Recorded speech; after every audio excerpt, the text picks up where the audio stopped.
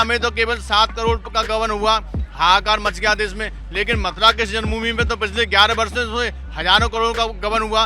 जो लोग स्कूटर पे आते थे आज डिफेंडर गाड़ियों में चल रहे हैं, हजारों करोड़ रुपए के फार्म हाउस होटल खरीदे जा रहे हैं। तो ये पैसा कहाँ से आया? यहाँ चंदा चोर घुस गए हैं। सारे सबूत जब सीबीआई जांच होगी ना तो सब आ जाएंगे। अपने खून से पत्र लिखा है कि आप अयोध्या मंदिर पे आपने पूरा ध्यान दिया है, एसआईटी का गठन कर दिया, लेकिन मथुरा मंदिर को भी संभालिए, यहाँ तो उससे भी बड़ा घोटाला निकल के आ रहा है। जहाँ एक तरफ श्री राम जन्मभूमि तीर्थ क्षेत्र के ट्रस्ट में चंदा चोरी के तमाम आरोप लग रहे हैं, वहीं अब कृष्ण जन्मभूमि ट्रस्ट को लेकर भी इसी तरह के कुछ आरोप जो है लगे हैं। इस मामले में कृष्ण जन्मभूमि मामले में याचिकाकर्ता और दिनेश फलाहारी बाबा, उन्होंने एक चिट्ठी जो है वो अपने खून से लिखकर योगी आदित्यनाथ को भेजी और इस मामले में सीबीआई जांच की मांग की और इन्होंने बहुत संगीन आरोप लगाए। हालांकि इन आरोपों की सत्यता को लेकर इनके पास क्या है, हम उन्हीं से बात करते हैं। दिनेश जी, ये बताइए कि जो आपने आरोप लगाया, पहली बात बताइए वो क्या है?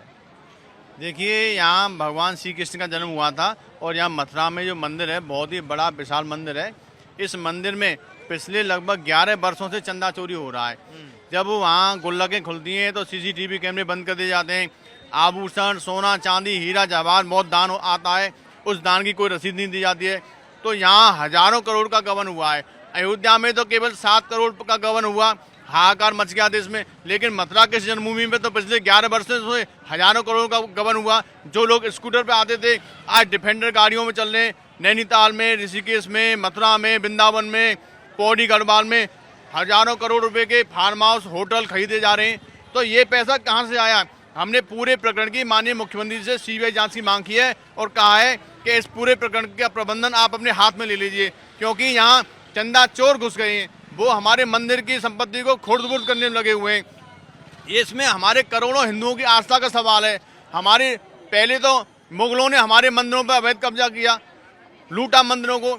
अब कुछ चंदा चोर घुस गए, वो मंदिरों को लूट रहे हैं। तो जब तक इनकी संपत्ति की जांच नहीं होगी, जब तक दूध का दूध पानी का पानी अलग नहीं होगा। तो सवाल ये है दिनेश जी कि आप आरोप तो बहुत गंभीर लगा रहे हैं, आपके पास इससे जुड़े हुए तथ्य सबूत क्या है आपके पास?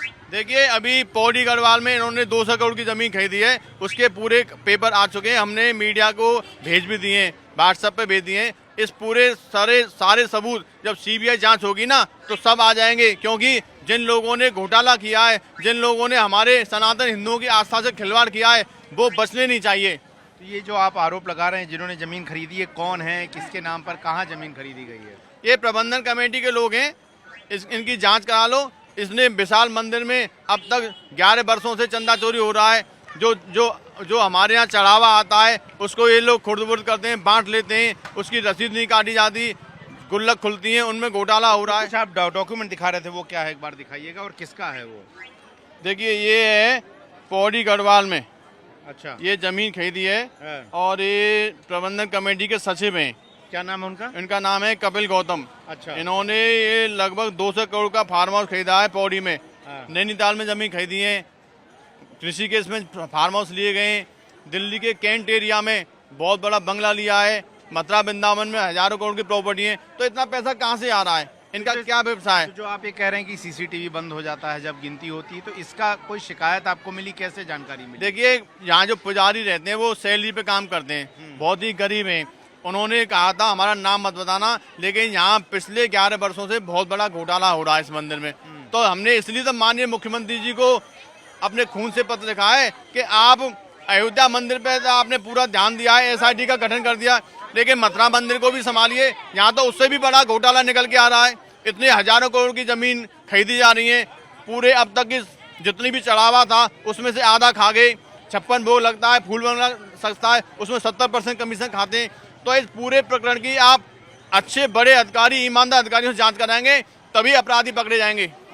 अब कुछ सवाल ये भी उठेंगे कि आप जो शिकायत कर रहे हैं, आप क्यों कर रहे हैं? मतलब आपको किसी से कोई दिक्कत है या वाकई में आपको कोई सबूत मिले? देखिए, हमें कोई दिक्कत नहीं है। हमने एक संकल्प लिया था कि हमारे कृष्ण मंदिर के ऊपर जब तक अवैध कब्जा मुसलमानों का नहीं हटेगा, ईदगाह कमेटी का नहीं हटेगा, जब तक हम भोजन नहीं करेंगे, नंगे पैर रहेंगे।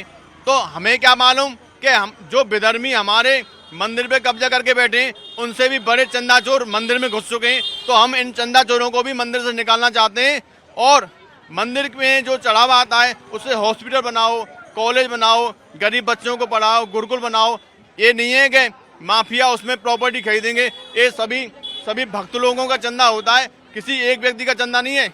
इसमें तीर्थयात्री आते हैं, देश विदेश से चंदा आता है, उनका उपयोग केवल 2-4 लोग ही क्यों करेंगे? वो उस पैसे का उपयोग सर्व समाज में हॉस्पिटल और जन सुविधा के लिए होना चाहिए। ये बताइए कि लोग ये भी पूछ रहे हैं कि आखिर आपने पुलिस को शिकायत क्यों नहीं दी, सीधे मुख्यमंत्री को पत्र क्यों लिखा, नज़दीकी थाने में आप क्यों नहीं गए? देखिए, ये प्रबंधन कमेटी के बड़े लोग हैं, इनकी पहुंच बहुत ऊपर तक है, लेकिन हमें योगी जी पे विश्वास है, क्योंकि योगी जी किसी माफिया से नहीं डरते। योगी जी दूध का दूध पानी का पानी अलग कर देंगे। पुलिस को शिकायत कर देंगे तो ये अधिकारियों को मैनेज कर लेते हैं, क्योंकि ये जो प्रबंध कमेटी में बैठे हैं ये इतने हाई फाई लोग हैं, इतने बड़े लोग हैं कि हमारी भी हत्या करा सकते हैं, हमें भी फर्जी केस में फंसा सकते हैं। इसलिए हमें भी इनसे डर लगता है।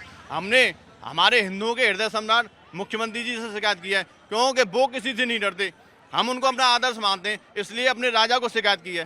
चलिए, तो अभी फिलहाल जो आरोप है वो जो पीछे आप मेरे देख रहे हैं श्री कृष्ण जन्मभूमि, और इसका ये मुख्य गेट है, गेट नंबर 1 है, और इनके जो सचिव हैं उनको लेकर ये पहला आरोप है कि जो दिनेश शर्मा जी ने जो पत्र दिखाया, डिटेल दिखाई ज़मीन की, उनमें उनकी बेटी के नाम पर जो है बड़े पैमाने पर उत्तराखंड के पौड़ी के यमकेश्वर ब्लॉक में जो है वो कृषि योग्य ज़मीनें खरीदी गई हैं, जिसकी कीमत वो करोड़ों में बता रहे हैं। लेकिन अब ये आरोपों को सब्सटेंशिएट करने के लिए जब अगर इस मामले में क्या पुलिस जांच करेगी, क्या इस मामले में कोई मुकदमा दर्ज होगा, ये बहुत सारे सवाल हैं। और इन आरोपों की सत्यता में, अगर ये 100% आरोपों में कितने ज़्यादा सबूत मौजूद हैं, ये बहुत सारे सवाल हैं। और क्या वाकई में पिछले 11 वर्षों से चंदे में, दान में, आभूषणों में चोरी हो रही है, इन सभी को लेकर जांच होगी। लेकिन फिलहाल आरोप लगा है, और दिनेश फलाहारी जो हैं ये चूँकि कृष्ण जन्मभूमि का जो टाइटल सूट चल रहा है उसमें याचिकाकर्ता भी हैं, एक पक्षकार भी हैं,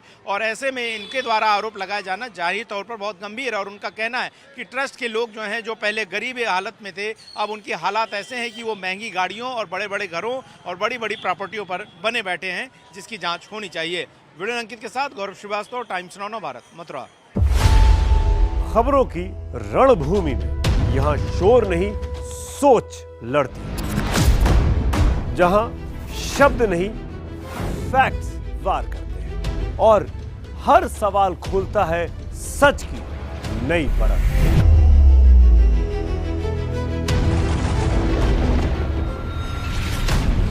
चक्रव्यूह, आपके अपने सुमित अवस्थी के साथ सोमवार से शुक्रवार शाम 6:57 पर टाइम्स नाउ नव भारत पर।